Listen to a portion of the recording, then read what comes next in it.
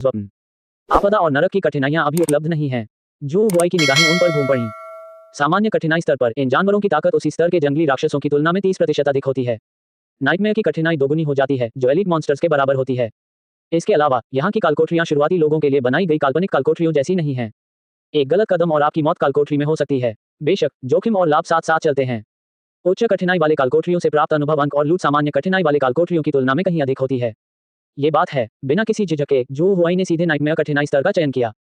Boss, ये देखकर jasmine का चेहरा थोड़ा पीला पड़ गया और वह हिचकिचाते हुए बोली, दुष्वप्न जैसी कठिनाई, क्या ये कुछ ज्यादा ही खतरनाक नहीं है? वह टीम में उच्चतम स्तर की सदस्य थी, एक लेवल 12 ईगल आई समरना। हालांकि ये पूरी तरह से एक तो ही सहायता भूमिका है, जिसमें प्रत्यक्ष युद्ध क्षमता लगभग शून्य है। ये शी, जो कि लेवल 6 की होली लाइट चैंटर हैं, एक हीलर हैं, लेकिन उनका लेवल बहुत कम है, इसलिए उनकी हीलिंग क्षमता सीमित है। एकमात्र मुख्य शक्ति यासुओ है, जो अभी लेवल 10 पर पहुंचा है। लेवल 10 के मुख्य डीपीएस कैरेक्टर और 2 कम लेवल के सपोर्ट कैरेक्टर का उपयोग करके नाइटमेयर कठिनाई स्तर पर लेवल 10 के डंजन में फॉर्मिंग करना।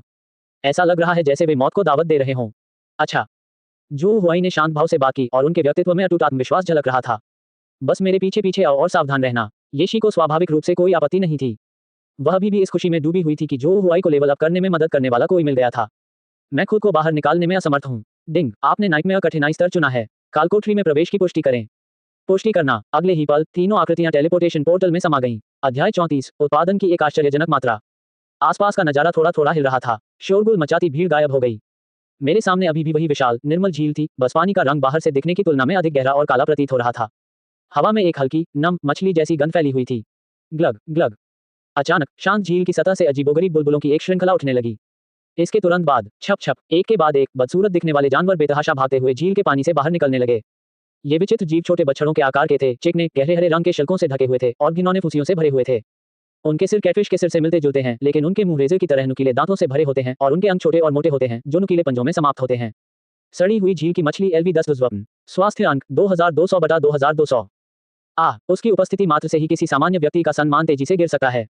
ये शी और जैस्मीन दोनों लड़कियां इतनी भयभीत हो गईं कि उनके सुंदर चेहरे पीले पड़ गए और वे अनजाने में 2 कदम पीछे हट गईं, लगभग यासुओ को छूते हुए। जू हुआई ने थोड़ा सा भौहें सिकोड़ी। ये तो वाकई घिनौना है। उसने यासुओ को नियंत्रित किया, पीछे हटने के बजाय आगे बढ़ा और दुश्मन का सामना करने के लिए आगे बढ़ा।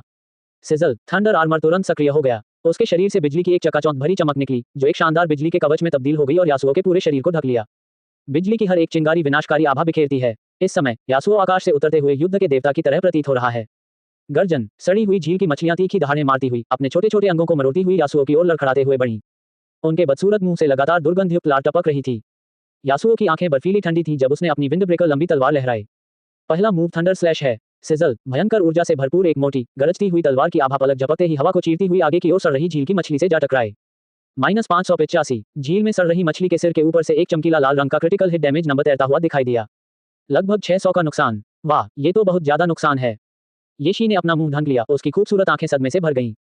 नाइटमेयर डिफिकल्टी पर यह एक राक्षस है। सामान्य स्थिति की तुलना में इसकी रोग प्रतिरोधक क्षमता और स्वास्थ्य कहीं अधिक बेहतर है। अन्य लेवल 10 पेशेवरों के लिए 100 से अधिक डैमेज देना टॉप टियर माना जाएगा। लेकिन मेरे सामने खड़े इस आदमी ने तलवार के एक ही वार से लगभग 600 लोगों को मार डाला। ये तो बेहद शर्मनाक है। जू हुआई खुद भी थोड़ा हैरान था।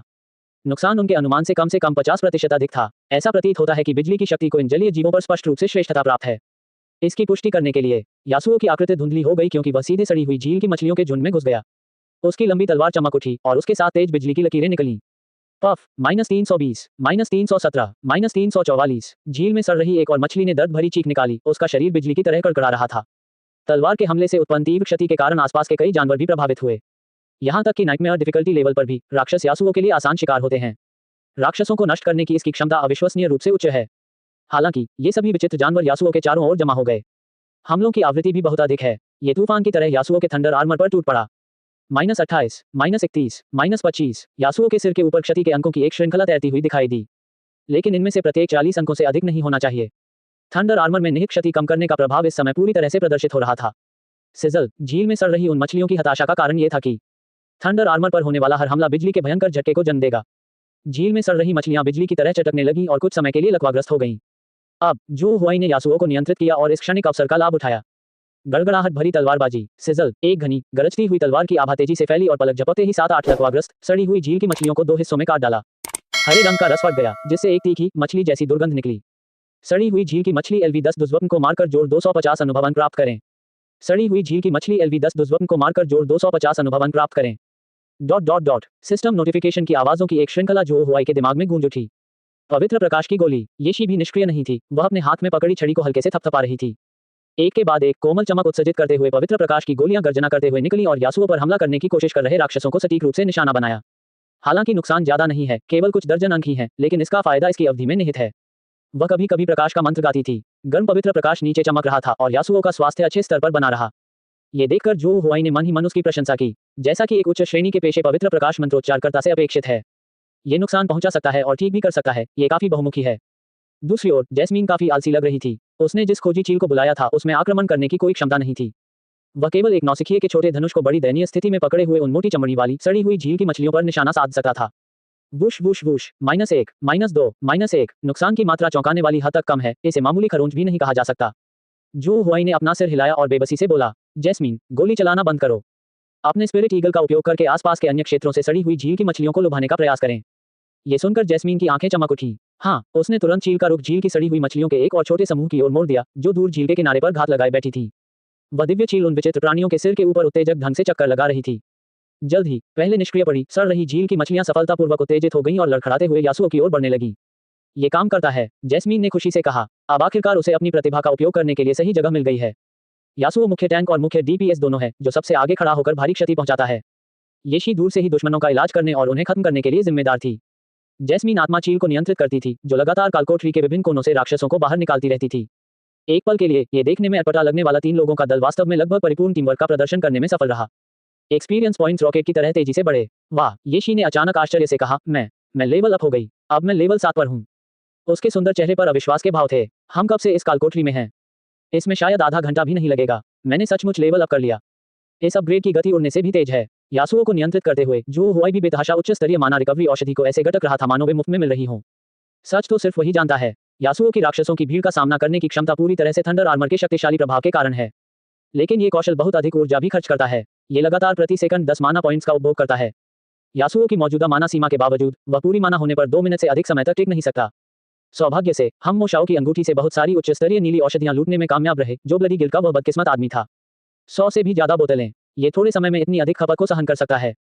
मैदान पर स्थिति पूरी तरह से स्थिर हो गई थी। इसके बाद जो हुआई ने यासुओ का नियंत्रण न्यायी को सौंप दिया। फिर पलक झपकते ही उसकी चेतना ओयेजी की ओर स्थानांतरित हो गई, जो लोहारों के संघ में बहुत दूर थी।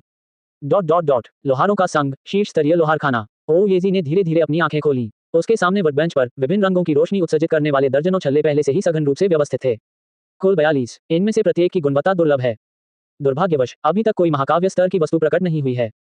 जो हुआई हतोत्साहित नहीं हुए। गहराई एक ऐसी चीज थी जिसे जल्दबाजी में नहीं किया जा सकता था। उसने ओयेजी पर नियंत्रण कर लिया, लंबी जालसाजी प्रक्रिया को समाप्त किया और घर जाने की तैयारी की। ची ढलाई कक्ष का दरवाजा धक्का देकर खोला गया। सहायक लिनवेई एक कप गर्म चाय लेकर अंदर आई। उनका इरादा इस अथक लोहार के उस्ताद को अपना सम्मान अर्पित करने का था। तथापि जब उसने वर्कबेंच पर ढेर सारी दुर्लभ अंगूठियों का चकाचौंध भरा संग्रह देखा, जो लगभग एक छोटे पहाड़ का रूप ले रहा था, वह एकदम अवाक रह गया, अपनी जगह पर जम गया। मेरे हाथ में पकड़ी चाय की प्याली धड़ाम से जमीन पर गिरी और टुकड़े टुकड़े हो गई। यह लिनवेई की खूबसूरत आंखें चौड़ी हो गईं और उसने चीखने से खुद को रोकने के लिए अपने पतले हाथ से अपना मुंह कसकर ढक लिया। उसकी आवाज अविश्वास से कांप रही थी। मास्टर ओयेजी, आपने आज सचमुच बहुत सारी अंगूठियां बनाई हैं। यह उल्लेखनीय है कि लोहारों के संघ द्वारा एक ही दिन में गढ़े गए उपकरणों की संख्या का पिछला रिकॉर्ड केवल 12 था। इसके अलावा वे सभी अंगूठियां थीं, लेकिन 12 में से अधिकांश साधारण गुणवत्ता की थी। लेकिन अभी के बारे में क्या? कुल 42। इसमें कई गुना वृद्धि हुई है। इसके अलावा इनमें से प्रत्येक की गुणवत्ता दुर्लभ है। लिनवेई ने इसकी सावधानीपूर्वक जांच की। इनमें से कई अंगूठियों में उत्कृष्ट अतिरिक्त विशेषताएं हैं। लिनवेई की सांसें तेज हो गईं। उसने मन ही मन एक मोटा अनुमान लगाया।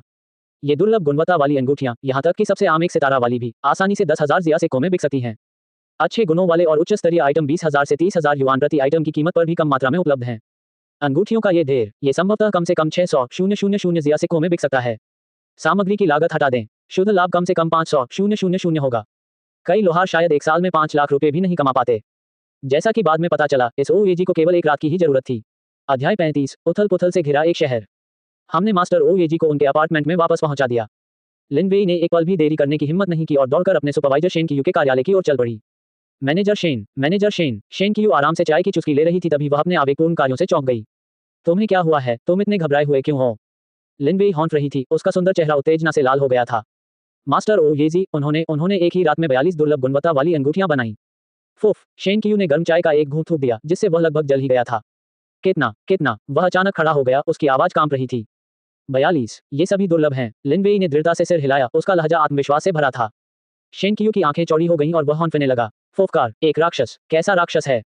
वह दफ्तर में इधर उधर टहलते हुए खुद से कुछ बुद्ध रहा था। उसके चेहरे पर सदमे और परमानंद का मिला जुला भाव था। अब मुझे समझ में आ गया कि अध्यक्ष उसे अनुबंधित करने के लिए कुछ भी करने को क्यों तैयार था। ये सिर्फ एक लोहार नहीं है, ये तो चलती फिरती पैसे छापने की मशीन है। हमारे संघ की कमाई का मुख्य स्रोत। शेन कियू ने अचानक अपनी जांघ पर थप्पड़ मारा। जल्दी करो, इस जालसाजी के लिए भुगतान, साथ ही पहले से वादा किया गया बोनस मास्टर ओ येजी के खाते में तुरंत ट्रांसफर करो, एक भी पैसा गंवाए बिना। इस सज्जन की बहुत अच्छी तरह से सेवा करना सुनिश्चित करें। ये सुनिश्चित करें कि वह पूरी तरह से संतुष्ट हों। उसने अपने हाथों को आपस में रगड़ा, हंसा और धीमी आवाज में कहा, छोटी लिन, मैं देख रहा हूं कि मास्टर ओ येजी बहुत छोटे हैं और उनका कोई साथी नहीं है। अगर जरूरत पड़ी तो शायद हम। उसने आंख मारी और इशारे किए। लिन वेई का सुंदर चेहरा पल भर में लाल हो गया और उसने झुंझलाहट में अपना पैर पटका। मैनेजर शेन, आप फिर से मजाक कर रहे हैं। ये कहकर वह शर्म से लाल हो गई और ऑफिस से ऐसे भाग निकली जैसे भाग रही हो। शेन कियू ने उसे अस्त व्यस्त हालत में भागते हुए देखा और विजयी भाव से हंस पड़ी। इस बीच ओ येजी को बसाने के बाद जो हुआई ने कुछ समय के लिए कालकोठरी में यासुओ की स्थिति पर ध्यान केंद्रित किया। 1 घंटे से अधिक समय तक चले भीषण संघर्ष के बाद यासुओ, येशी और जैस्मीन के साथ नाइटमेयर स्तर के प्योर वाटर लेक कालकोठरी में पहले बॉस के क्षेत्र में सफलतापूर्वक आगे बढ़ गया था। अंधेरी पानी के नीचे की गुफा में एक विशालकाय केकड़ा, जो एक छोटे ट्रक के आकार का है, अपने 2 भयानक पंजों को हिला रहा है, जो स्टील को भी कुचलने में सक्षम है और शिकार को धमकी भरी निगाहों से घूर रहा है। इसका पूरा शरीर एक मोटे गहरे नीले कवच से ढका हुआ था जो धात्विक चमक से जगमगा रहा था और कवच नुकीले हड्डी के कांटों और भयंकर आकृतियों से ढका हुआ था। इसके विशाल शरीर को 8 मोटे खंडित अंगों का सहारा प्राप्त था और इसके द्वारा उठाए गए प्रत्येक कदम से जमीन थोड़ी सी कांप जाती थी। अगाध विशालकाय पंजे वाला केकड़ा LV-12 दुर्लभ कुलीन बॉस। हेल्थ पॉइंट्स 32,000 बटा 32,000। ये बॉस बेहद मजबूत और शक्तिशाली दिखता है और इसकी आक्रमण शक्ति विस्फोटक है। इसकी एकमात्र कमी शायद इसकी अपेक्षाकृत धीमी गति है। युद्ध शुरू हो चुका है। यासुओ एक भूत की तरह फुर्ती से आगे बढ़ता रहा, बॉस के विशाल पंजों के बीच से रास्ता बनाते हुए संक्षारक विष उगलता रहा। थंडर आर्मर पहले से ही उसके शरीर पर था और उसके चारों ओर बिजली कड़क रही थी। उसके हाथ में मौजूद विंडब्रेकर लॉन्ग स्वॉर्ड हर बार एबिस जायंट क्लॉक्रैप के खोल में मौजूद दरारों या उसके अपेक्षाकृत कमजोर जोड़ों पर सटीक प्रहार करती थी। क्लैंग -285 -302 बिजली की शक्ति से परिपूर्ण ये हमला इस अविश्वसनीय रूप से रक्षात्मक बॉस के खिलाफ भी 2 से 300 अंकों का काफी नुकसान पहुंचा सकता है। इस बीच येशी पीछे से पूरी कोशिश कर रही थी, बारी बारी से होली लाइट बुलेट और लाइट चैंट का इस्तेमाल करके यासुओ के स्वास्थ्य को बनाए रखने की कोशिश कर रही थी। जैस्मीन का बाज हवा में बॉस के चारों ओर चक्कर लगाता रहा और उसे परेशान करता रहा, जिससे बॉस का ध्यान आकर्षित होता रहा और कभी कभी बॉस के आगामी कौशल की जानकारी भी मिलती रही।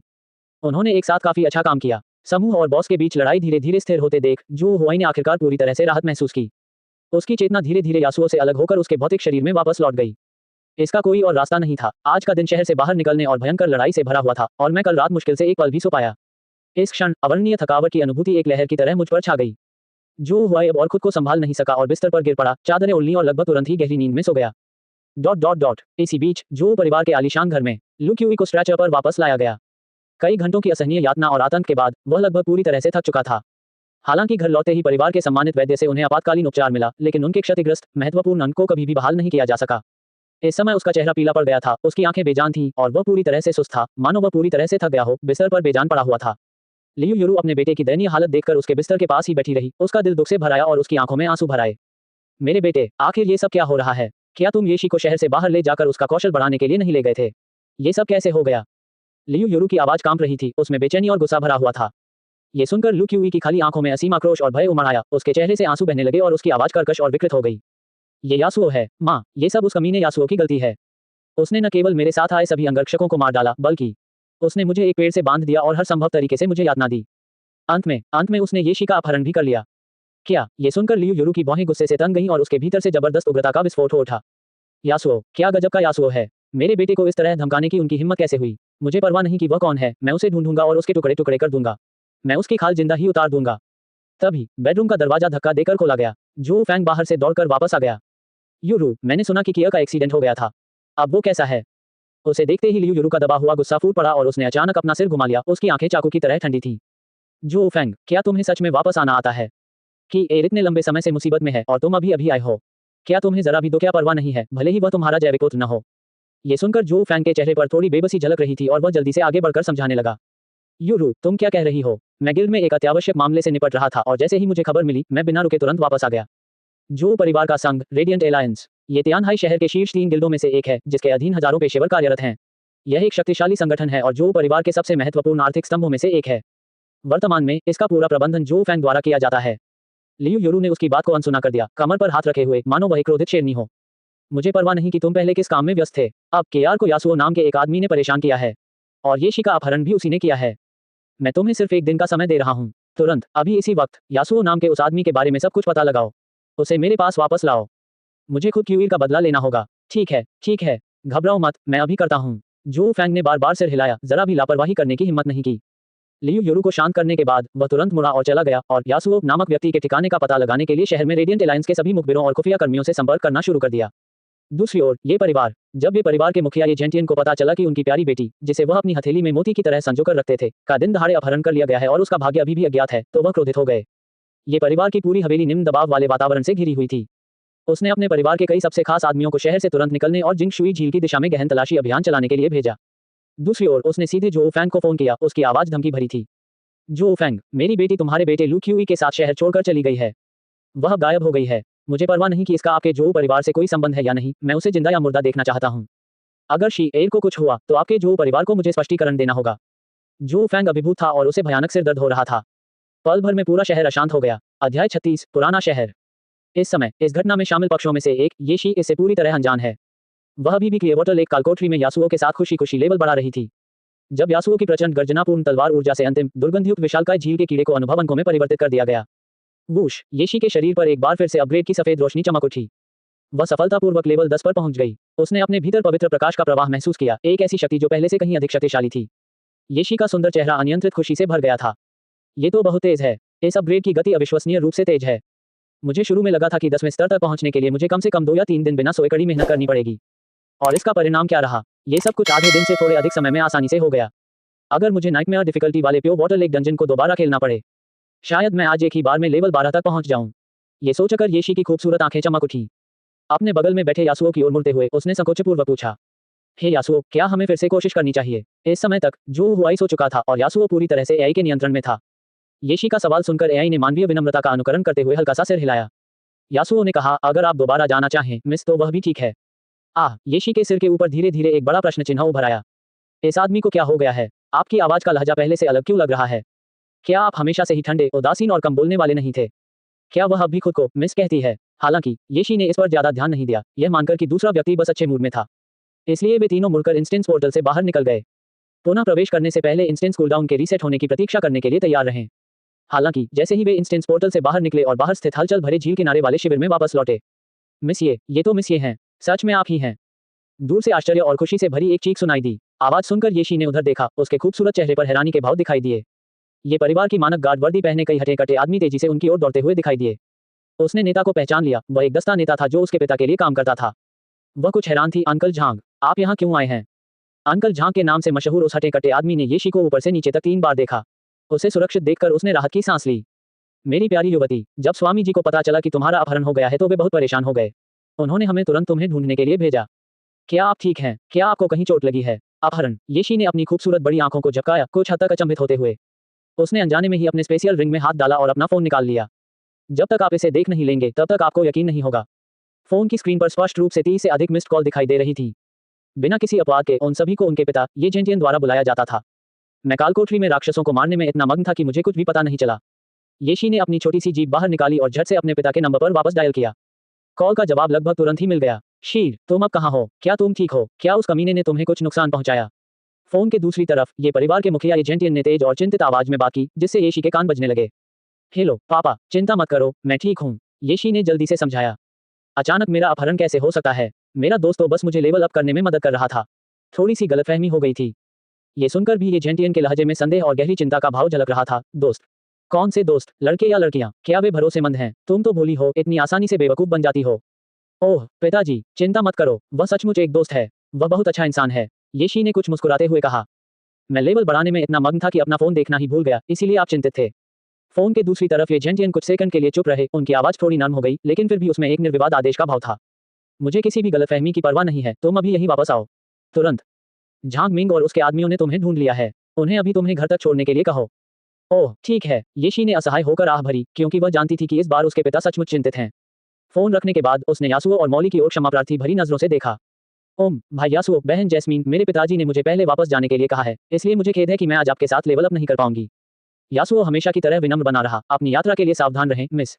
अपनी बॉस को इतना विनम्र देखकर जैस्मीन ने भी तुरंत वैसा ही किया और प्यारी सी मुस्कान के साथ कहा, मिस ये अपना ख्याल रखना। चलो कभी फिर मिलते हैं। तभी ये परिवार के अंगरक्षक अंकल झांग ने यासुओ पर अपनी शत्रुतापूर्ण निगाहें गड़ा दी। उनका लहजा बर्फीला था।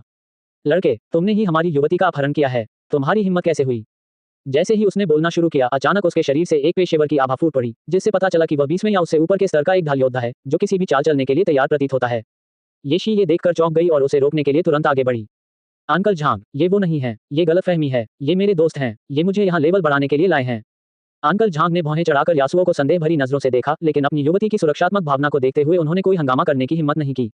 उसने ठंडी सांस ली और यासुओ को गुस्से से घूरने लगा। मैं तुम्हें इस बार छोड़ देता हूँ क्योंकि मिस को कोई चोट नहीं आई है। बच्चे, तुम सावधान रहना और मुझे फिर कभी शहर में मत दिखना। ये कहने के बाद उसने येशी की रक्षा की और ये परिवार के कई अन्य अंगरक्षकों के साथ जल्दी से तियानहाई शहर की ओर निकल गया। येशी के विदा होते देख यासुओ की गहरी आंखों में एक हल्की सी चमक कौंधी। उसने अचानक अपनी आवाज धीमी कर ली और अपने बगल में बैठी जैस्मीन से कहा, यहाँ से चले जाओ। जैस्मीन ईर्ष्या से येशी को इतने सारे लोगों से घिरे हुए जाते हुए देख रही थी, तभी उसने ये सुना और वह स्तब्ध और कुछ हद तक भ्रमित हो गई। बॉस, हम कहाँ जा रहे हैं? क्या कालकोठरी अभी भी कूलडाउन पर नहीं है?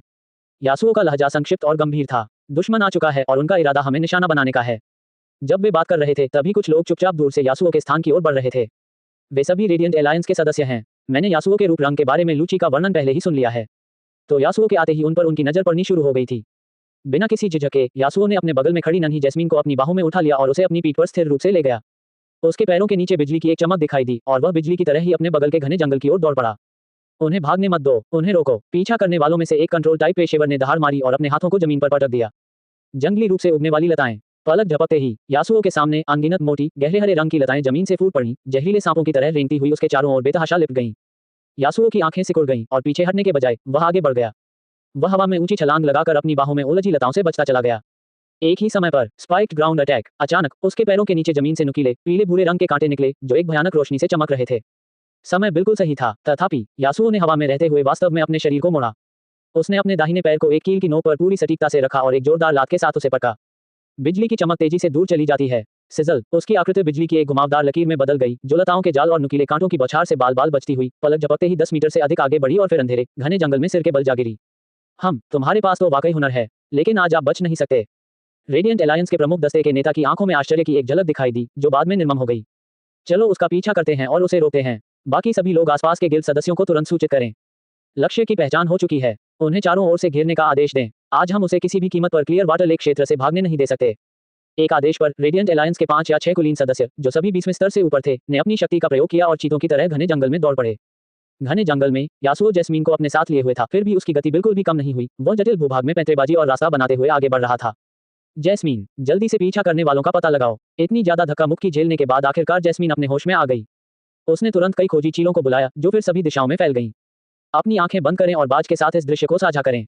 कुछ क्षण बाद उसने अपनी आंखें खोली, उसका चेहरा पीला पड़ गया था और उसने घबराकर कहा, बॉस, 6 और लोग पीछे आ रहे हैं। वे अविश्वसनीय रूप से तेज हैं और उनका स्तर कम से कम 25 या उससे अधिक है। रुको, उत्तर पूर्व से 3 और लोग हमारी ओर आ रहे हैं। बॉस, हम क्या करें? हमें लगता है कि हम चारों तरफ से घिर गए हैं। यासुओ शांत रहा, जबकि एआई प्रोसेसिंग सिस्टम तेज गति से काम कर रहा था। उसने आगे देखा और अचानक पूछा, वह आगे कहाँ है? जैस्मीन ने चील की दृष्टि से उस क्षेत्र का सावधानीपूर्वक निरीक्षण किया। आगे एक जीर्ण शीर्ण शहर की रूपरेखा धुंधली सी दिखाई दे रही थी, जिसमें टूटी हुई दीवारें और उगी हुई खरपतवारें थीं, जो मृत्यु और बेचैनी का एहसास करा रही थीं। बहुत दूर से भी अजीबोगरीब जानवरों की रोंगटे खड़े कर देने वाली दहाड़ें लगभग सुनी जा सकती थीं। जैस्मीन का चेहरा पल भर में और भी पीला पड़ गया। वो तियानहाई शहर का पुराना कस्बा है। अगाध रसातल के आक्रमण के बाद वह स्थान पूरी तरह से वीरान हो गया था और अब लगभग पूरी तरह से शक्तिशाली परग्रही जीवों से आबाद है। जैस्मीन के चेहरे पर घबराहट साफ झलक रही थी। बॉस, कहीं आप अंदर तो नहीं जाना चाहते? वहां बहुत खतरा है। वहां के जानवरों का औसत स्तर 20 से ऊपर है। कहा जाता है कि इसके अंदर कई लेवल 30 के बॉस मौजूद हैं।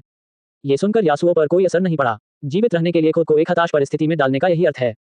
प्रवेश करना। इतना कहकर वह पुराने शहर की जर्जर दीवार फांदकर अंदर चला गया। अध्याय 37। अगर तुम मरना चाहते हो तो मुझे दोष मत देना। रेडिएंट अलायंस की सेनाएं तेजी से पुराने शहर की जर्जर दीवारों तक पहुंच गईं।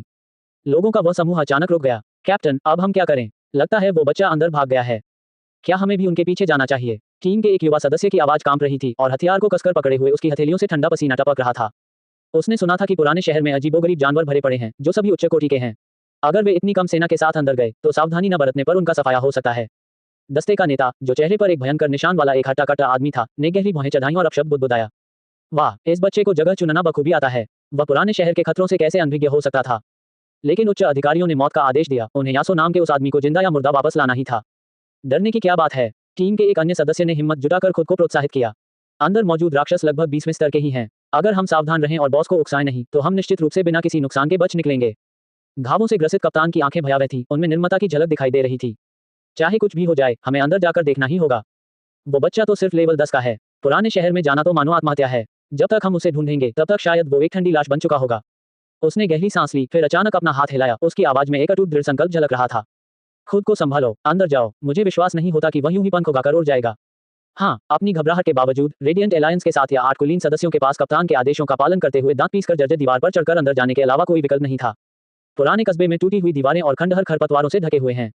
वातावरण में सड़न और रक्त की एक अजीब सी गंध फैली हुई थी। विशालकाय परित्यक्त इमारतें मूक दानवों की तरह बड़ी बड़ी छायाएं डाल रही थीं, जिससे भयावहता और घुटन का माहौल और भी बढ़ रहा था। यह मृत्यु का स्वर्ग है। जैस्मीन को अपनी पीठ पर लादे हुए यासुओ सुनसान और खतरनाक खंडहरों से ऐसे गुजर रहा था मानो वह समतल जमीन पर चल रहा हो।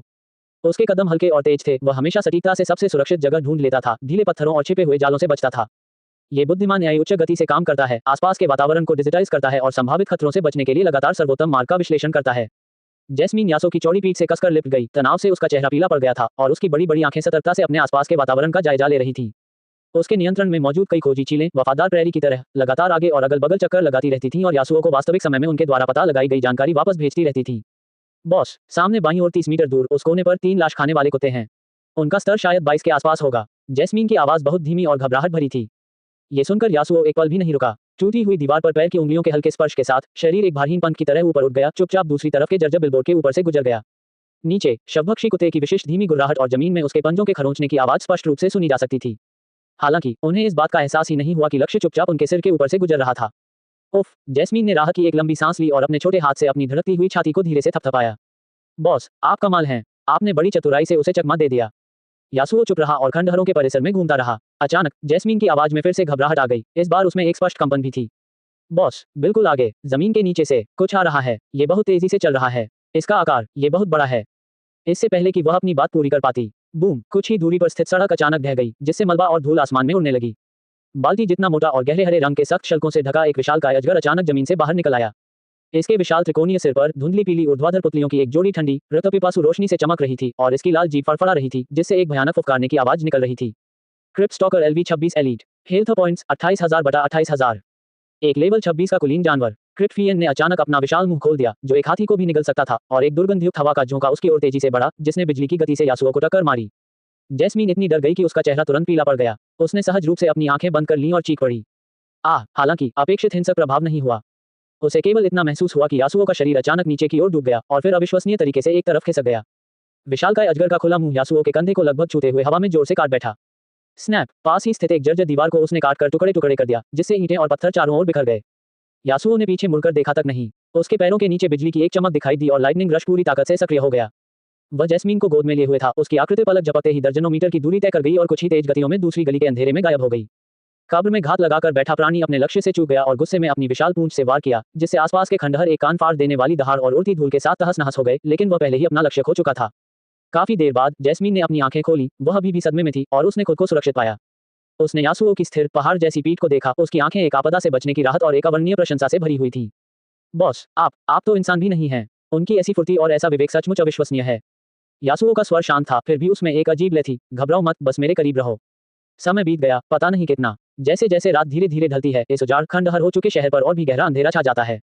जो हुआई धीरे धीरे नर्म बिस्तर पर जाग उठी। उसने अपनी आंखें खोली और तुरंत यासुओ की सारी यादें साझा कर लीं।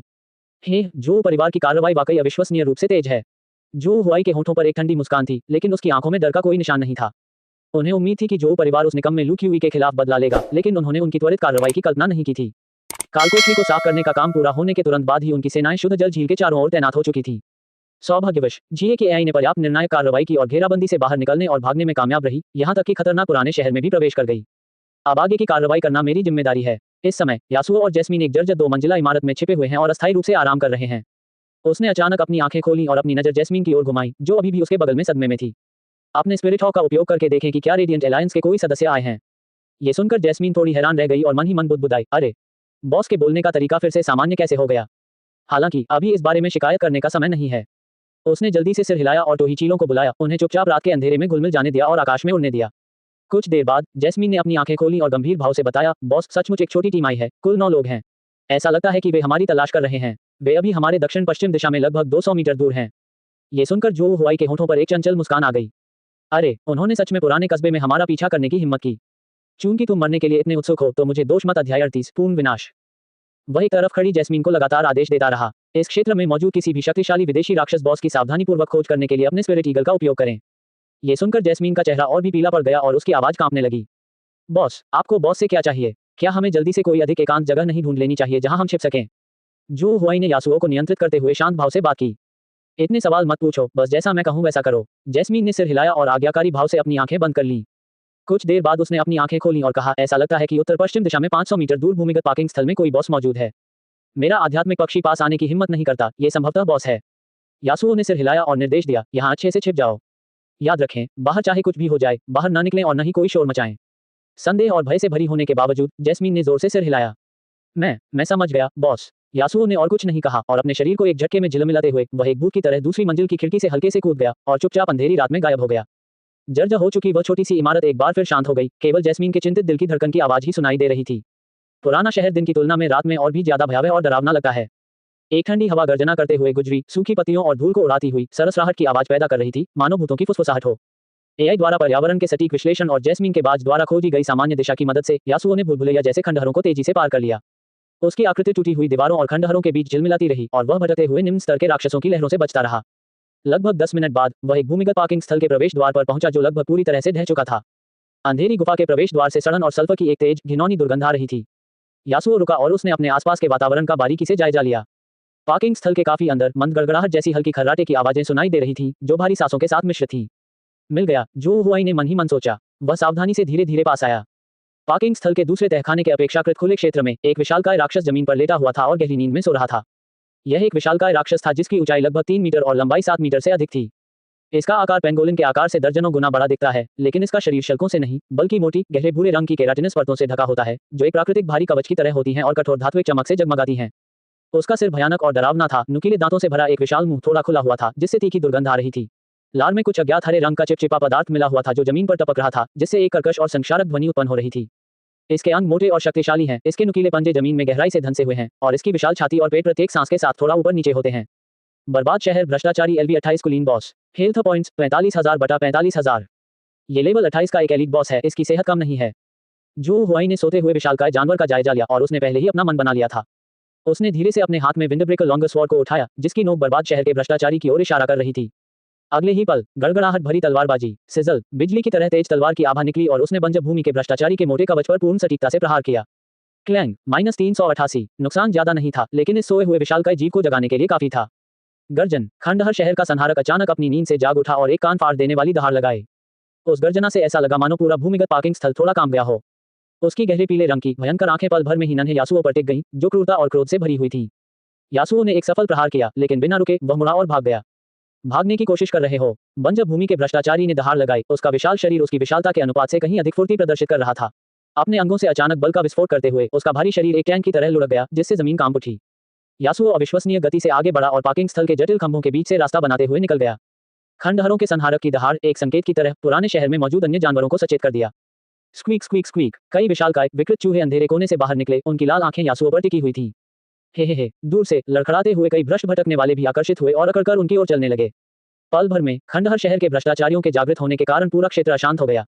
खंडहरों को भ्रष्ट करने वाले लोग उस नन्हे इंसान को भागते हुए देखकर और भी क्रोधित हो गए। अचानक उसने अपना विशाल मुंह खोला और गहरे हरे रंग के अम्लीय तरल की एक धार उच्च दबाव वाली पानी की बंदूक की तरह निकली, जो सीधे यासुओ की पीठ की ओर जा रही थी। अच्छा नहीं है। जो हुआई को रीढ़ की हड्डी में सिहरन महसूस हुई। यासुओ ने अचानक अपने पैरों से जोर लगाया और बगल में हटने की कोशिश की। छी! एसिड ने यासुओ के बाएं हाथ को छूते हुए तुरंत शैडो सेट कवच में एक बड़ा छेद कर दिया और उसे तेज दर्द का अनुभव हुआ। -750। यासुओ के सिर के ऊपर एक चौंका देने वाला क्षति आंकड़ा तैर रहा था। मेरी सेहत अचानक बहुत बुरी तरह बिगड़ गई। धिक्कार है, इस बॉस का संक्षारक प्रभाव बहुत अधिक है। जो हुआई ने मन ही मन बड़बड़ाया। उसने असहनीय दर्द सहन किया, लेकिन उसके कदम जरा भी नहीं लड़खड़ाए, बल्कि वे और तेज हो गए क्योंकि वह उस दिशा की ओर दौड़ा जहां रेडिएंट अलायंस समूह आखिरी बार गायब हुआ था। बंजर भूमि का संहारक निरंतर पीछा करता रहा। उसका विशाल शरीर अपने रास्ते में आने वाली हर बाधा को कुचलता हुआ आगे बढ़ रहा था। उसके पीछे विभिन्न आकारों के भयभीत जानवरों का एक समूह था, जो एक छोटी सी जानवरों की लहर बना रहा था। ... दूसरी ओर रेडिएंट अलायंस की टीम पुराने शहर के खंडहरों में सावधानीपूर्वक खोजबीन कर रही है। रात गहरी थी और उनके आसपास से आती अजीबोगरीब जानवरों की कभी कभार सुनाई देने वाली दहाड़ें सभी को सजग रखती थीं। धिक्कार है, ये मनहूस जगह। टीम के एक सदस्य ने मन ही मन बड़बड़ाते हुए कहा। यहाँ घोर अंधेरा है, एक भूत भी नहीं मिल रहा। कैप्टन, क्या उस बच्चे को यहाँ के राक्षसों ने खा लिया है? टीम के एक अन्य सदस्य ने धीमी आवाज में पूछा। उसके लहजे में थोड़ी हिचकिचाहट झलक रही थी। पुराना कस्बा उनकी कल्पना से कहीं अधिक खतरनाक था। उन पर अभी अभी गिद्धों के एक छोटे समूह ने हमला किया था और वे बाल बाल बच गए थे। स्कारफेस कैप्टन का चेहरा उदास था और वह थोड़ा आशंकित भी था। पुराना शहर बहुत बड़ा है और इलाका बहुत जटिल है। उसमें किसी को ढूंढना भूसे के ढेर में सुई ढूंढने जैसा है। थोड़ा और खोजो, स्कारफेस ने दांत पीसते हुए कहा। अगर फिर भी कुछ नहीं मिला तो हम पीछे हट जाएंगे। ये जगह वाकई अजीब है। उन्होंने अभी बोलना समाप्त ही किया था कि उन्हें समझ नहीं आया। बूम! दूर से जंगली जानवरों की दहाड़ों के साथ मिली हुई मंद गड़गड़ाहट की हल्की सी आवाज सुनाई दे रही थी। ये कैसी आवाज है? सब चौंक गए और आवाज की दिशा में देखने लगे। तभी सामने एक गली के कोने पर एक जानी पहचानी आकृति दिखाई दी, जो उनकी ओर ऐसे दौड़ रही थी मानो उसकी जान उसी पर निर्भर हो। उस आदमी के लंबे बेतरतीब काले बाल थे जिन्हें लापरवाही से पीछे की ओर बांधा गया था और उसका शरीर हल्की हल्की बिजली की कड़क से जगमगा रहा था। कैप्टन, देखो आगे, वह लड़का है, वह यासुओ है, एक तेज नजर वाले साथी ने आश्चर्य से कहा। स्कारफेस कैप्टन भी चौकन्ना हो गया, उसके चेहरे पर एक भयावह मुस्कान फैल गई। हाँ, तुम्हारे सामने स्वर्ग का रास्ता है लेकिन तुम उसे चुनते नहीं हो और तुम नरक में घुस जाते हो जबकि वहां जाने का कोई द्वार ही नहीं है। ये भूसे के ढेर में सुई ढूंढने जैसा है और फिर वह आपको सहजता से मिल जाती है। भाइयों, हमला करो, उसे पकड़ो और तुम्हें भारी इनाम मिलेगा। रेडिएंट अलायंस के कई सदस्य तुरंत उत्साहित हो गए और उन्होंने अपने हथियार उठा लिए। वे रोकने के लिए तैयार हो गए। हालांकि घावों से ग्रसित कप्तान अनुभवी था और उसने जल्दी ही महसूस कर लिया कि कुछ गड़बड़ है। रुको, उसने अचानक अपना हाथ उठाया और अपने आदमियों की हरकतें रोक दी। वह लगता है वह हमारी तरफ आ रहा है। और उसके पीछे, हे भगवान, स्कारफेस कैप्टन की पुतलियां अचानक सिकुड़ गईं और उसके चेहरे पर मौजूद भयावह मुस्कान पल भर में जम गई। उसकी जगह हसीन भय ने ले ली। यासुओ के पीछे एक भयंकर और भयानक विशालकाय राक्षस उसका पीछा कर रहा था, जिसका विशाल शरीर हर कदम पर जमीन को कंपा रहा था। इससे भी ज्यादा भयावह बात यह थी कि उस विशालकाय राक्षस के पीछे तरह तरह के विचित्र जानवरों का एक विशाल अंधेरा समूह दहाड़ता और चिल्लाता हुआ एक अजय धारा का रूप धारण किए हुए था। धिक्कार है, इस बच्चे ने हमें धोखा दिया। पीछे हटो, पीछे हटो। स्कारफेस बुरी तरह डर गया और बिना सोचे समझे भाग गया। ये देखकर टीम के अन्य सदस्यों का यासुओ को पकड़ने का कोई इरादा नहीं रहा। उनकी प्राथमिकता अपनी जान बचाना थी। एक एक करके उनके चेहरे पीले पड़ गए और वे यासुओ के घृणित और बेशर्म व्यवहार को कोसते हुए वहां से भाग गए। लेकिन उनकी गति यासुओ की गति से तेज कैसे हो सकती है? यासुओ तीर की तरह तेजी से आगे बढ़ा और पलक झपकते ही उन तक पहुंच गया। उसने रेडिएंट अलायंस के घबराए हुए सदस्यों की ओर एक नजर तक नहीं डाली। हम उनके ठीक बगल से गुजरे। यासुओ के शरीर पर मौजूद थंडर आर्मर अचानक मंद पड़ गया और फिर फट गया। बूम! उससे बिजली की एक भयंकर लहर बाहर की ओर फैल गई। अप्रत्याशित रूप से घिर जाने के कारण रेडिएंट अलायंस के 9 सदस्य पल भर में इस भयंकर और प्रचंड शक्ति की चपेट में आ गए। -155, -162... उनके सिर के ऊपर क्षति के आंकड़ों की एक श्रृंखला तैरती हुई दिखाई दी। इससे भी ज्यादा घातक था तीव्र सुन्न करने वाला प्रभाव, जिसने उनके शरीर को तुरंत अकड़ दिया, जिससे वे हिलने डुलने में असमर्थ हो गए। मेरा शरीर, मैं हिल नहीं सकता। धिक्कार है। पीड़ा से भरी बेबस चीखें उठती और गिरती रहीं। जू हुआई यासुओ को नियंत्रित करते हुए पीछे मुड़े बिना पूर्व निर्धारित दिशा में अपनी उन्मत्त दौड़ जारी रखता है। रेडिएंट अलायंस के इन सदस्यों को अब उन्हें खत्म करने के लिए उसकी जरूरत नहीं है। उनके पीछे भ्रष्ट शहर और परग्रही जीवों की विशाल लहर पहले ही आगे बढ़ चुकी थी। रेडिएंट अलायंस के सदस्य, जिनका लकवाग्रस्त प्रभाव अभी अभी खत्म हुआ था, उठने से पहले ही क्रोधित बॉस और खूंखार जानवरों के झुंड से पूरी तरह से घिर गए। रात के आकाश में एक तीखी चीख गूंजी, लेकिन वह अचानक ही समाप्त हो गई। जर्जर सड़क पर खून और मांस के टुकड़े बिखरे पड़े थे। दूर स्थित उस 2 मंजिला इमारत की खिड़की। जैस्मीन ने ये सब देखा, उसका मुंह खुला रह गया, इतना चौड़ा कि उसमें एक अंडा समा जाए। उसका सुंदर चेहरा अविश्वास, सदमे और भय से भरा हुआ था। उसने अपनी आंखों से देखा कि कैसे एशिया, उस भयानक बॉस और राक्षसों की एक विशाल सेना का नेतृत्व करते हुए, रेडिएंट अलायंस के उन 9 अभिमानी सदस्यों को आसानी से नरक में भेज देती है, जैसे बत्तखों को हाँकना। पूरी प्रक्रिया सहज, साफ सुथरी और कुशल थी, यहाँ तक कि उसमें कलात्मकता का एक क्रूर भाव भी समाहित था। काफी देर बाद जैस्मीन ने मुश्किल से घूंट भरा, उसकी आवाज थोड़ी कांप रही थी। बॉस, वो कदम बहुत ही बेरहम था। अध्याय 39, पागल होना। काफी देर बाद सड़क पर मची हलचल धीरे धीरे शांत हो गई। अपना लक्ष्य खो देने के बाद विचित्र जीवों का झुंड एक ज्वार की तरह पीछे हट गया और प्रत्येक जीव अंधेरे खंडहरों की गहराई में गायब हो गया। इसके बाद जू हुआई ने यासुओ को नियंत्रित किया और धीरे धीरे टूटी हुई दीवार की छाया से बाहर निकल आया। वह उस स्थान पर पहुंचा जहां रेडिएंट अलायंस के 9 सदस्य अभी अभी मारे गए थे। हवा में खून और जलते हुए मांस की दुर्गंध फैली हुई थी, जो लंबे समय तक बनी रही और मतली पैदा कर देने वाली थी। जमीन पर अफरा तफरी मची हुई थी, कटे हुए अंग और टूटे हुए आंतरिक अंग हर जगह बिखरे पड़े थे। मरने से पहले उन लोगों के मन में जो भय था, वह उनके विकृत चेहरों पर अभी भी अंकित था। उस जानवर के पंजों और संक्षारक तरल पदार्थ ने उनके अधिकांश उपकरणों को टुकड़े टुकड़े कर दिया और उन्हें बेकार कर दिया। कुछ देर खोजने के बाद जू हुआई को केवल कुछ कम गुणवत्ता वाली दवा की बोतलें ही मिली। इसके अलावा एक लगभग पूरी तरह से सही सलामत छड़ी भी थी, जो 20वें स्तर की दुर्लभ गुणवत्ता वाली थी, जिसका तना जला हुआ काला था और उसके शीर्ष पर एक क्रिस्टल जड़ा हुआ था जिस पर बारीक दरारें थीं। कुछ होना कुछ नहीं होने से बेहतर है। यासुओ ने लूटा हुआ सामान जेब में रखा, मुड़ा और कुछ छलांगे लगाकर 2 मंजिला इमारत में लौट आया। जैस्मीन खिड़की के पास दुबकी हुई थी, उसका छोटा सा चेहरा अभी भी थोड़ा पीला था। जब उसने यासुओ को लौटते देखा तो उसकी आंखें अचानक एक असामान्य चमक से जगमगा उठी, मानो उसने किसी उद्धारकर्ता को देख लिया हो। बॉस, बॉस, उसकी आवाज थोड़ी कांप रही थी, लेकिन उसमें सच्ची प्रशंसा झलक रही थी। तुम बहुत अद्भुत हो। उसने बहुत दिमाग लगाया, लेकिन उसे अपने सदमे को व्यक्त करने के लिए कोई अधिक उपयुक्त शब्द नहीं मिल पाया। ये भावना केवल यासुओ द्वारा प्रदर्शित कौशल से ही उत्पन्न नहीं होती है। इससे भी अधिक आश्चर्यजनक बात उनकी संयमित और आत्मविश्वासी मुद्रा है, मानो सब कुछ उनके नियंत्रण में हो। वे हमेशा असंभव लगने वाली परिस्थितियों को आसान जीत में बदल सकते हैं। जैस्मीन ने गहरी सांस ली, उसकी आवाज आशा से भरी हुई थी। बॉस, हमने उन पीछा करने वालों का काम तमाम कर दिया है। क्या हम अब इस पुराने शहर को छोड़ सकते हैं? ये जगह बहुत डरावनी है। मैं यहाँ एक पल भी नहीं रुकना चाहता। यासुओ खिड़की के पास खड़ा था, उसकी निगाहें गहरे रात के आकाश पर टिकी हुई थी, उसका स्वर शांत और स्थिर था। कोई जल्दी नहीं। जैस्मीन थोड़ी हैरान रह गई। यासुओ ने आगे कहा, असली शो तो अभी शुरू हुआ है। अच्छा शो था। जैस्मीन ने पलकें झपकाईं, पूरी तरह से भ्रमित दिख रही थी, उसे यासुओ के शब्दों का अर्थ बिल्कुल समझ नहीं आ रहा था। जो हुआई ने कोई स्पष्टीकरण नहीं दिया, बल्कि केवल इतना कहा, तुम यहीं रहो। बाहर क्या हो रहा है, उस पर कड़ी नजर रखें, खासकर जिंगशुई झील की दिशा में। अगर कोई दोबारा पुराने कस्बे में प्रवेश करे तो मुझे तुरंत सूचित करना याद रखना। हालांकि जैस्मीन असमंजस में थी, लेकिन यासुओ पर उसका भरोसा अंधभक्ति की हद तक था। उसने जोर से सिर हिलाया, जी बॉस, मैं समझ गई। समय पल पल बीता गया। पुराने शहर में सन्नाटा छा गया। लगभग 1 घंटे बाद वह खिड़की के बाहर खिले चमेली के फूलों को ध्यान से देख रहा था कि अचानक उसका शरीर थोड़ा कांप उठा और उसकी आवाज में तनाव भर गया। बॉस, वाकई कोई और भी यहाँ है। वे क्लियर वाटर लेक की दिशा से आए थे। इस बार तो और भी ज्यादा लोग हैं। मैंने अंदाजे से गिना, कम से कम 12 तो होंगे ही। जो हुआई ने मन ही मन उपहास किया, ये लोग तो बड़े फुर्तीले हैं। लगता है ताबूत देखने से पहले एक आंसू भी नहीं बहाएंगे। जैस्मीन की निगाहों के बीच यासुओ की आकृति खिड़की के बाहर अंधेरे में फिर से गायब हो गई। कुछ ही देर में दूर से जानवरों की जानी पहचानी दहाड़ें और इंसानों की चीखें और चिल्लाहटें फिर से सुनाई देने लगी, लेकिन शोर पहले की तुलना में बहुत कम तीव्र लग रहा था और यह बहुत जल्दी समाप्त हो गया। इसमें आधे घंटे से ज्यादा समय नहीं लगा। जब यासुओ इमारत में दोबारा प्रकट हुआ तो जैस्मीन को उस पर खून और जलने की हल्की सी गंध भी महसूस हुई। वे भी? जैस्मीन ने सावधानी से पूछा। यासुओ ने जवाब में हल्का सा सिर हिलाया। जो हुआई ने धैर्यपूर्वक प्रतीक्षा की। वह ये देखना चाहता था कि रेडिएंट एलायंस, या यूं कहें कि उसकी सौतेली मां, ओल्ड टाउन के अथाह गड्ढे को कितने लोगों से भर सकती है। काफी समय बीत गया। जो हुआई को इतना लंबा समय लगा कि उसे लगा कि रेडिएंट एलायंस आज रात किसी को भी मौत के मुंह में नहीं भेजेगा। जैस्मीन की आवाज, जिसमें दबी हुई दहशत साफ झलक रही थी, एक बार फिर गूंज उठी। बॉस, बॉस, वे फिर से आ गए। हे भगवान, इस बार तो और भी ज्यादा लोग हैं। मुझे ठीक से पता नहीं चल रहा कि कितने हैं, लेकिन कम से कम 20 तो हैं। उसकी आवाज कांप रही थी और मुझे लगता है कि उनकी आभा बहुत शक्तिशाली है, पिछले 2 समूहों की तुलना में कहीं अधिक शक्तिशाली। जो हुआई ने अपनी आंखें थोड़ी सिकुड़ी। 20 लोग, और वे सभी कुलीन वर्ग के हैं। लियू यूरू बेहद गुस्से में लग रही हैं और किसी भी कीमत पर पैसा खर्च करने को तैयार हैं। इसके बजाय उनके होंठों के कोने पर हल्की सी मुस्कान आ गई। चाहे कुछ भी हो जाए, इन लोगों को आज यहीं रहना होगा। यासुओ का क्लोन एक बार मर जाने पर हमेशा के लिए गायब हो जाता है। 24 घंटे बाद वह हीरो बनकर वापस आ जाएगा।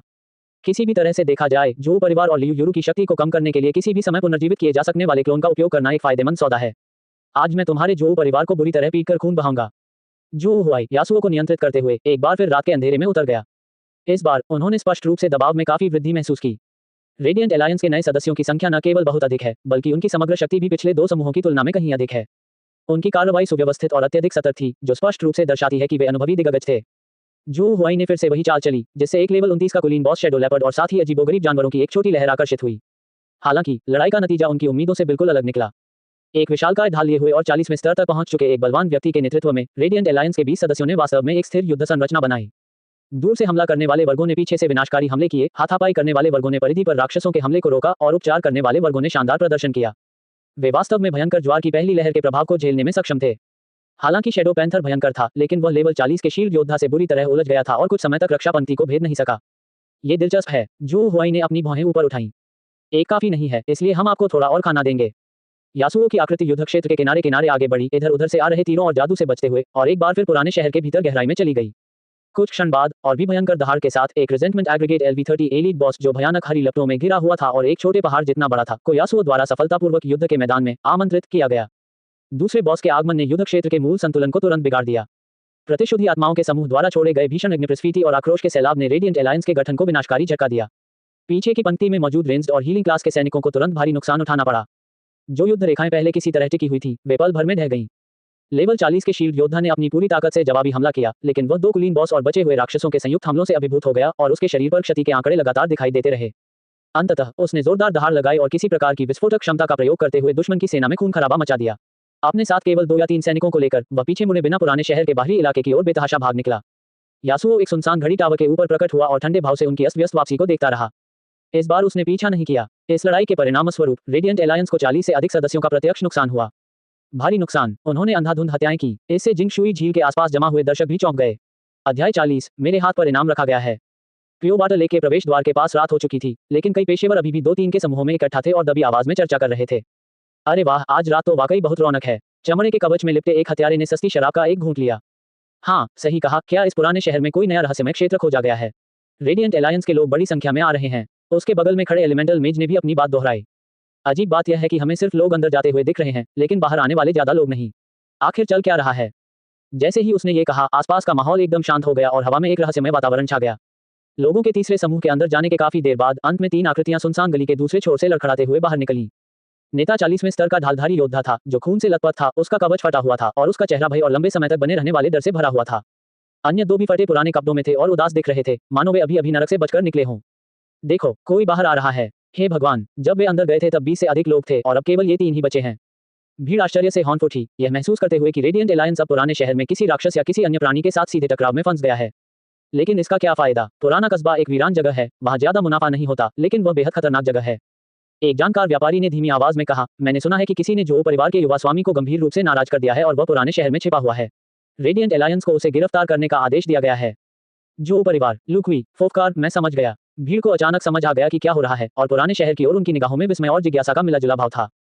हे भगवान, रेडिएंट एलायंस को इतने सारे सैनिकों की जान गंवाने के लिए किसी व्यक्ति को कितना शक्तिशाली होना चाहिए। हमारे आगे चल रहे वे दोनों समूह भी संभवतः गंभीर खतरे में हैं। ये जो परिवार के लिए एक करारा तमाचा है। जो परिवार के आलीशान घर के अंदर बत्तियां तो जल रही थीं, लेकिन वातावरण घुटन भरा और दम घोंटने वाला था। लियू यूरू का सलीके से रखा हुआ चेहरा पाले से ढका हुआ था। बेकार, बिल्कुल बेकार का कचरा। क्या यही वो रेडिएंट एलायंस है जिसे आपके जो परिवार ने बड़ी मेहनत से बनाया था? हैं? वे उस काया बदमाश को पकड़ भी नहीं पाए और उन्होंने इतने सारे आदमी खो दिए। क्या आपके जो परिवार द्वारा पाले पोसे गए सभी लोग निकम्मे हैं? जो फैंग का चेहरा पीला पड़ गया था। उसकी मुट्ठियां बार बार उसके बगल में भींचती और खुलती थी, उसके माथे की नसें उभरी हुई थी, लेकिन वह चुपचाप लियू यूरू की दहाड़ों को सहता रहा। बेडरूम के कोने में लू क्यूई बिस्तर पर लेटा हुआ था। चिकित्सक के इलाज के बावजूद उसके शरीर में कमजोरी के लक्षण दिखाई देने लगे थे। माँ, आपको मेरे लिए न्याय करना होगा। उस कमीने यासुओ ने, उसने मेरे साथ बहुत बुरा किया है। मेरी चोटें देखो, उफ। अपने बेटे की आंसू भरी शिकायत सुनकर लियू यूरू का हृदय दया और कोमलता से भर उठा। वह जल्दी से लूची के पास गई, उसके माथे पर धीरे से हाथ फेरा और धीरे से बोली, मेरे प्यारे ची, चिंता मत करो। माँ उस छोटे शैतान को बख्शने वाली नहीं है। मैं न सिर्फ उसे पकड़ूंगा, बल्कि उसके टुकड़े टुकड़े कर दूंगा, उसे मरने की इच्छा करवाऊंगा। तुम्हारा बदला लेने के लिए। लू क्यूई को शांत करने के बाद वह अचानक मुड़ी और अपना गुस्सा फिर से जो फैंग पर निकाला। उसकी आंखें जहरीली चाकुओं की तरह थीं। जो फैंग, मैं तुम्हें बता दूं, अगर क्यूई को कुछ भी हुआ या उसे कोई स्थायी नुकसान पहुंचा, तो मैं, लियू यूरू, तुम्हारे जो परिवार को कभी भी बख्शने वाली नहीं हूं। तुम अभी इसी वक्त तुरंत अपनी सारी उपलब्ध जनशक्ति जुटाओ। चाहे तुम्हें पूरे शहर को तहस नहस करना पड़े, तुम्हें यासुओ को ढूंढना ही होगा। जो फैंग ने गहरी सांस ली, उसकी छाती तेजी से ऊपर नीचे हो रही थी। वह अपने दिल में उमड़ रहे क्रोध और अपमान को जबरदस्ती दबा रहा था। उसने दांत पीसते हुए कुछ शब्द कहे, मैं और लोगों को भेजूंगा। इतना कहने के बाद वह दमनकारी माहौल को और सहन नहीं कर सका, अचानक मुड़ा और बेडरूम से बाहर निकल गया। आंगन में प्रवेश करते ही ठंडी रात की हवा ने उसके दिल की कुछ बेचैनी को दूर कर दिया। जो फैंग ने अपना कम्युनिकेटर निकाला, एक नंबर डायल किया और बर्फीली ठंडी और किसी भी तरह की गर्माहट से रहित आवाज में बात की। मेरे लिए इनाम घोषित करो। यासुओ नाम के व्यक्ति पर इनाम घोषित करो। इनाम की राशि 500,000 ग्रेड जिया सिक्के। वह एक पल के लिए रुका, मानो संतुष्ट न हो। उसकी आंखों में एक तीव्र चमक दिखाई दी। नहीं, 10 लाख। मैं उसे जिंदा या मुर्दा देखना चाहता हूँ। ... रातों रात $10 लाख के इनाम की खबर डोंगहाई शहर के पूरे पेशेवर समुदाय में आग की तरह फैल गई। रेडिएंट एलायंस इनाम, यासुओ, पुरुष, थंडर लॉर्ड्स डिक्री क्लास का संदिग्ध खिलाड़ी। उसे पकड़ने में सहायता करने पर 500,000 सिक्के मिलेंगे। उसे मारने या जिंदा पकड़ने पर 10 लाख दाक्सिया सिक्के मिलेंगे। इसमें लू क्यूई और कुछ बचे हुए लोगों के विवरण के आधार पर बनाया गया एक धुंधला चित्र और साथ ही टावर ऑफ ट्रायल्स के बाहर यासुओ का एक निगरानी स्क्रीनशॉट भी शामिल था। हे भगवान, 10 लाख! रेडिएंट एलायंस ने इस बार तो वाकई पूरी ताकत लगा दी है। आखिर यह यासुओ कौन है? आखिर इसकी कीमत इतनी ज्यादा क्यों है? तुमने रेडिएंट एलायंस के लोगों की भयानक हालत नहीं देखी? मैंने सुना है कि यासुओ की वजह से पुराने शहर में करीब 40 लोग मारे गए। छी, उस पुराने शहर जैसी वीरान जगह में एक ही व्यक्ति ने रेडिएंट एलायंस के दर्जनों सदस्यों का कत्ल कर दिया। ये तो सचमुच एक देवता है। उसने ये कैसे किया? क्या वह पुराने शहर के राक्षसों को नियंत्रित कर सकता था? यह आदमी तो हद से ज्यादा साहसी है। मैं इस अद्भुत व्यक्ति को खुद देखना चाहता हूँ। शराबखाने में और मंचों पर हर जगह यासुओ के बारे में चर्चा हो रही थी। कुछ लोग उनकी ताकत और साहस से चकित थे, जबकि अन्य लोग उन पर गर्व कर रहे थे। साहसी होने का क्या फायदा? $10 लाख के इनाम के साथ अनगिनत बड़े लोग और अकेले उस्ताद इसकी ओर आकर्षित होंगे। बिल्कुल सही, अब वह चलता फिरता मोटा मांस का टुकड़ा है। पुराने कस्बे में छिपने से कोई फायदा नहीं होगा, देर सवेर उसका पता चल ही जाएगा। कितनी अफसोस की बात है, इतना निर्दयी व्यक्ति था, शायद उसकी कम उम्र में ही मृत्यु हो जाएगी। तरह तरह की अटकलें और चर्चाएं शुरू हो गईं और यासुओ का नाम जल्दी ही डोंगहाई शहर में सबसे चर्चित विषय बन गया। पुराने कस्बे में एक जर्जर 2 मंजिला इमारत के अंदर जैस्मीन अंततः अत्यधिक थकान के आगे हार मानकर कोने में दुबक गई और गहरी नींद में सो गई। वह पूरी तरह से थक चुकी थी। उस रात का अनुभव पिछले 1 साल में उसके सामने आए सभी खतरों से कहीं अधिक रोमांचकारी था। यासुओ की आकृति भूत की तरह खंडहरों में विचरण कर रही थी। पुराने शहर में मौजूद जानवर आमतौर पर 20वें स्तर या उससे अधिक के होते हैं, जिससे यासुओ पर काफी दबाव पड़ता है, जो वर्तमान में केवल 10वें स्तर का है। हालांकि अपने एस क्लास पेशे की शक्तिशाली विशेषताओं और एआई के सटीक युद्ध नियंत्रण पर भरोसा करते हुए उसने सावधानी से काम लिया, विशेष रूप से उन निम्न स्तरीय जानवरों को निशाना बनाया जो अकेले थे या 2 या 3 के समूह में थे। गड़गड़ाहट भरी तलवारबाजी। तलवार की रोशनी की एक चमक के साथ एक लेवल 22 कॉप्स डॉग जोर से चिल्लाया और उसका सिर धड़ से अलग हो गया। एक लेवल 22 कॉप्स हाउंड को मार गिराया। 1800 अनुभव अंक प्राप्त किए। यासुओ ने जल्दी से युद्ध क्षेत्र को साफ किया, गिरी हुई सामग्री को उठाया और फिर तुरंत एक नए स्थान पर चला गया ताकि अन्य राक्षसों को उसे घेरने का मौका न मिले। और इस तरह एक धैर्यवान लेकिन कुशल शिकारी की तरह उसने धीरे धीरे उस खतरनाक पुराने शहर में अनुभव अर्जित किया। समय धीरे धीरे बीत रहा था। जैसे ही भोर की पहली किरणें अंधेरे को चीरते हुए इस उजाड़ खंडहर को रोशन करने लगी, यासुओ का स्तर चुपचाप बढ़कर LV14 हो गया था। अपने स्तर से ऊपर के राक्षसों को मारने से प्राप्त अनुभव वास्तव में बहुत महत्वपूर्ण है। जू हुआई ने अपने क्लोन के भीतर बढ़ती हुई प्रबल शक्ति को महसूस किया और काफी संतुष्ट हुआ। तभी अचानक सिस्टम से एक सूचना जारी हुई। डिंग, बधाई हो मेजबान, आपके क्लोन ओ येजी ने सफलतापूर्वक एक महाकाव्य स्तर का उपकरण तैयार कर लिया है और इस तरह चुनौती मिशन दिव्य शिल्पकार की पहली पुकार पूरी कर ली है। मिशन पुरस्कार, एक पेशेवर गेंद निकालने का एक मौका पहले ही जारी किया जा चुका है। जू हुआई का मनोबल बढ़ गया। आखिरकार हमें सफलता मिल ही गई। अध्याय 41, गैंडाल्फ निषिद्ध जादूगर। यह शायद आज जू हुआई के लिए सबसे अच्छी खबर थी। ओ येजी ने पूरे 3 दिन बिताए। अंततः ठीक उसी समय जब उसका अपना स्तर LV8 तक पहुंचने ही वाला था, हमने सफलतापूर्वक पहला महाकाव्य स्तर का उपकरण तैयार कर लिया है। जू हुआई के विचार थोड़े से हिले और उसकी चेतना तुरंत उसके शरीर में लौट आई। उन्होंने आंखें मूंद लीं। वह परिचित, विशाल और रहस्यमय घूमने वाला घुंडी धीरे धीरे एक बार फिर उसके दिमाग में उभर आया। उसके भीतर एक अवर्णनीय उत्साह उमड़ आया। उसने हाथ बढ़ाया और अचानक रोटरी डायल पर लगे पुराने जमाने के बटन को दबा दिया। घुंडी के अंदर अनगिनत प्रकाश के गोले तेजी से घूम रहे थे, उनकी चमक फैल रही थी और अंत में एक धधकती लाल रोशनी का गोला बाहर निकला। प्रकाश का गोला फट गया और एक गहरे लाल रंग के स्क्रॉल में बदल गया जिससे भयानक जादुई ऊर्जा निकल रही थी। बधाई हो मेजबान, आपने निम्नलिखित श्रेणी चुनी है, SS रैंक फॉरबिडन स्पेल मेज। जू हुआई की सांस अटक गई। SS रैंक, वही ट्रिब्यूट पैनल खोलने के लिए बेताब था। क्लोन पैनल अनाम वर्ग, अद्वितीय गुप्त वर्ग, SS रैंक निषिद्ध मंत्र जादूगर। स्तर LV1। स्वास्थ्य अंक 250/250। माना पॉइंट्स 500/500। शक्ति 52, फुर्ती 55, स्टेमिना 60, मानसिक शक्ति 210। कौशल सूची, निष्क्रिय कौशल 1, मौलिक निपुणता स्तर 1 निष्क्रिय। प्रभाव, मूलभूत तत्वों की असाधारण समझ और उनसे जुड़ाव रखता है। सभी तात्विक क्षति को 30% तक बढ़ाता है और सभी तात्विक मंत्रों के उच्चारण समय और मन लागत को 30% तक कम करता है। निष्क्रिय कौशल 2, माना स्रोत LV1 निष्क्रिय। प्रभाव, अधिकतम माना में 100% और माना पुनर्जनन गति में 100% की वृद्धि होती है। सक्रिय कौशल 1, निषिद्ध मंत्र उल्का वर्षा LV1। प्रभाव, 200 माना खर्च करता है। प्रयोग करने के बाद आग की लपटों से घिरे 3 विशाल उल्कापिंड उत्पन्न होते हैं जो एक निर्दिष्ट क्षेत्र में जोर से टकराते हैं। प्रत्येक उल्कापिंड टकराते ही फट जाता है जिससे विस्फोट बिंदु के मध्यम दायरे में मौजूद सभी शत्रुओं को 350% स्पिरिट क्षति के रूप में अग्नि क्षति पहुंचती है। जमीन पर एक स्थायी जलता हुआ क्षेत्र बनने की भी उच्च संभावना है जो 5 सेकंड तक प्रति सेकंड 50% स्पिरिट क्षति पहुंचाता है। Cool down 30 second. ये सब देखते हुए जो हुआई का दिल तेजी से धड़कने लगा। यह विशेषता, यहाँ तक कि पहले स्तर पर भी, ये 10वें स्तर के एक साधारण पेशेवर के आंकड़ों को पछाड़ देने के लिए काफी है। विशेषकर उनकी मानसिक शक्ति जो 210 अंकों तक पहुंच गई, वास्तव में आश्चर्यजनक थी। अगर यह बढ़ता गया तो क्या एक ही निषिद्ध मंत्र दुनिया को नष्ट करने के लिए पर्याप्त नहीं होगा? इसे केवल 2 शब्दों में ही वर्णित किया जा सकता है, असामान्य। ये यासु के S क्लास थंडर स्वॉर्ड्समैन से कई गुना ज्यादा भयानक है। सिस्टम प्रॉम्प्ट, कृपया अपने SS स्तर के क्लोन का नाम दें।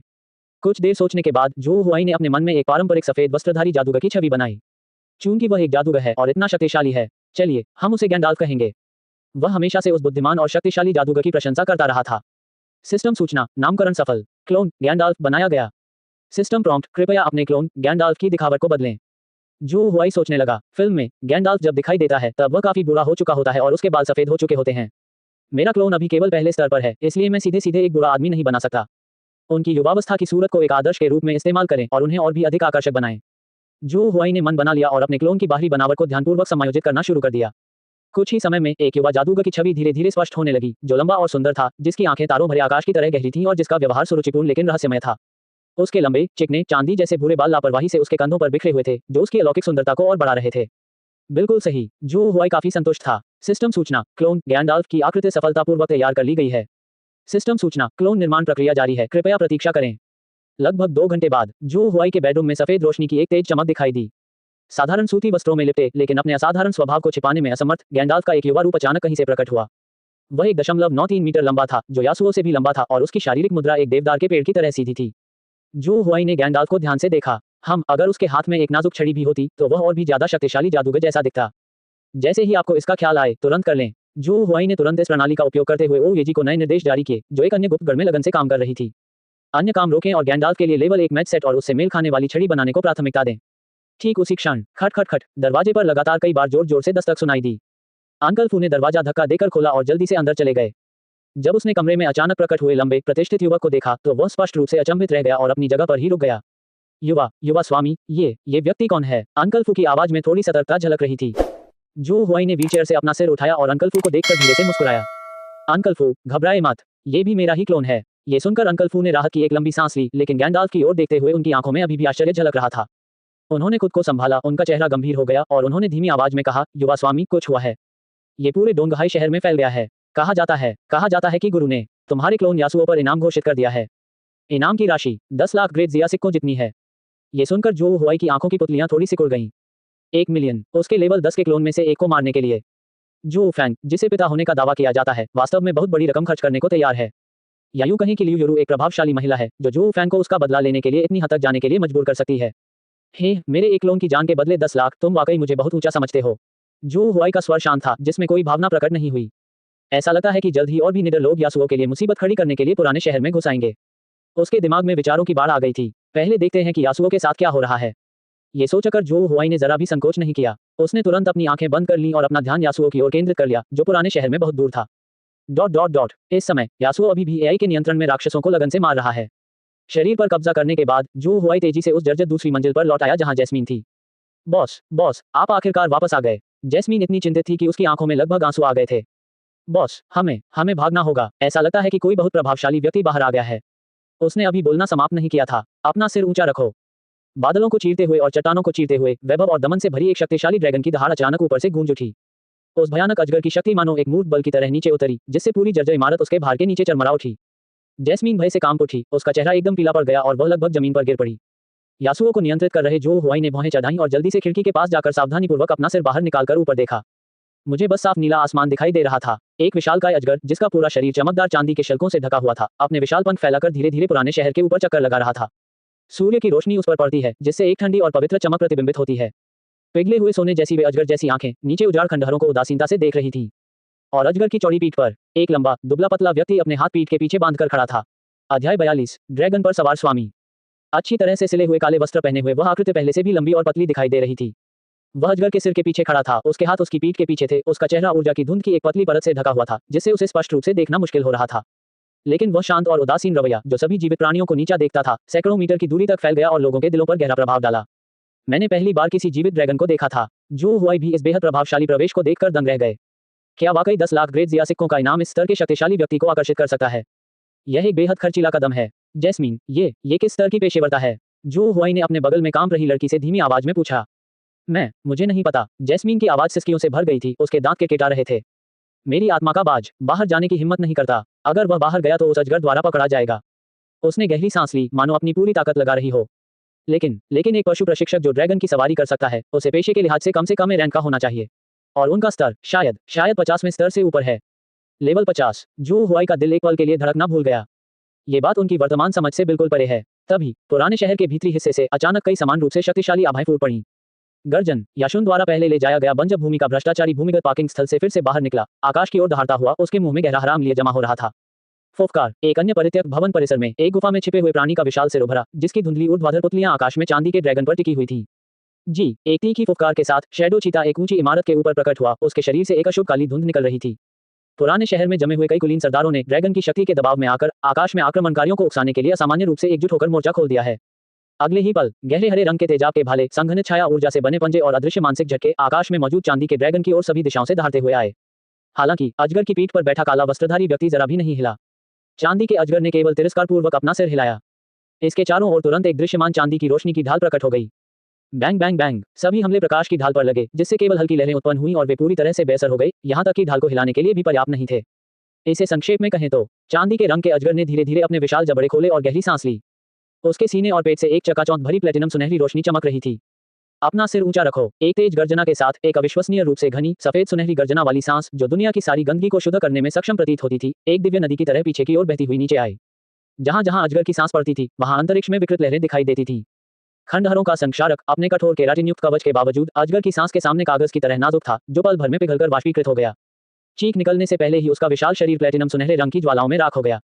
जैसे ही अजगर की सांस पूरे क्षेत्र में फैली, उसने धरती को चीर दिया, जिससे एक गहरा झुलसा हुआ निशान बन गया और रास्ते में आने वाली सभी इमारतों और खंडहरों को नष्ट कर दिया। बाकी बचे कुछ अहंकारी कुलीन सरदार अजगर की सांस की चपेट में आते ही जलती हुई मोमबत्तियों की तरह तेजी से पिघल गए। एक गलती, सिर्फ एक मौका, पुराने शहर में जमे हुए सभी शक्तिशाली सरदारों का नरसंहार कर दिया गया। बचे हुए निम्न स्तर के जानवर इस दैवीय शक्ति से भयभीत हो गए और आतंक से कराहते हुए पुराने शहर से घबराकर भागने लगे। एक क्षण के लिए ऐसा प्रतीत हुआ मानो पूरा पुराना शहर किसी प्रलय के बाद की स्थिति से बचने का नाटक कर रहा हो। आकाश में वह उदासीन आवाज अंततः एक दैवीय न्याय की तरह गूंजी, जो स्पष्ट रूप से हर कोने तक पहुंच गई। यासुओ नाम का वो आदमी, मुझे पता है तुम वहीं नीचे हो। अभी बाहर आओ और मेरे साथ चलो, मैं वादा करता हूँ कि मैं तुम्हें नहीं मारूंगा। कोई जोखिम मत लो, अगर तुम खुद सामने नहीं आए तो मैं इस पुराने शहर को पूरी तरह से तबाह कर दूंगा। उस समय तो तुम्हारी निश्चित मृत्यु हो जाएगी। जैस्मीन पूरी तरह से टूट गई, उसके पैर लड़खड़ा गए और वह जमीन पर गिर पड़ी, उसकी आंखों में अंतहीन निराशा भरी हुई थी। बॉस, क्या हम क्या करें? ये व्यक्ति बहुत ताकतवर है, हम इसका मुकाबला नहीं कर सकते। हम मर जाएंगे। हालांकि जो हुआ असामान्य रूप से शांत दिखाई दे रहा था। यासुओ को नियंत्रित करते हुए वह मुड़ा, उसके चेहरे पर हल्की सी मुस्कान भी आ गई। वह मुझे ढूंढ रहा है, तुम इतनी डरी हुई क्यों हो? जैस्मीन इस बेतुकी टिप्पणी से स्तब्ध रह गई। क्या हम सब मिली भगत में हैं? मैं इस सिद्धांत को समझता हूँ कि हम सभी एक साथ समृद्ध होते हैं और एक साथ दुख भोगते हैं। हालांकि वे एक दूसरे को 2 दिन से भी कम समय से जानते हैं। जू हुआई ने उसकी उलझन को नजरअंदाज करते हुए आगे कहा, ज्यादा समय नहीं बचा है। अब मुझे डोंगहाई शहर में अपना पता बताइए। जैस्मीन पूरी तरह से अचंभित रह गई। इस नाजुक मोड़ पर सबसे बड़ा भाई खुद से यह क्यों पूछ रहा है कि वह कहाँ रहता है और क्या करता है? क्या आप मेरे घर में शरण लेना चाहते हैं? लेकिन उससे क्या फायदा? समस्या यह है कि यहाँ से निकलने का कोई रास्ता ही नहीं है, ठीक है? उसका दिमाग पूरी तरह से अस्त व्यस्त था, लेकिन फिर भी उसने अनजाने में ही पता बता दिया। नंबर 127 डिंगजियांग रोड, चांगनिंग जिला, डोंगहाई शहर। जू हुआई ने सिर हिलाया, अपनी जेब से एक साधारण अंगूठी निकाली और उसे उसकी ओर फेंक दी। वह स्थानिक वलय उस दुर्भाग्यशाली मोशाओ के शव से प्राप्त किया गया था। जैस्मीन ने घबराए हुए अंदाज में उसे पकड़ा, वह पूरी तरह से अचंभित दिख रही थी। बॉस, आपका इससे क्या मतलब है? जू हुआई ने कोई जवाब नहीं दिया, लेकिन जल्दी और संक्षेप में कहा, अब मेरी बात सुनो।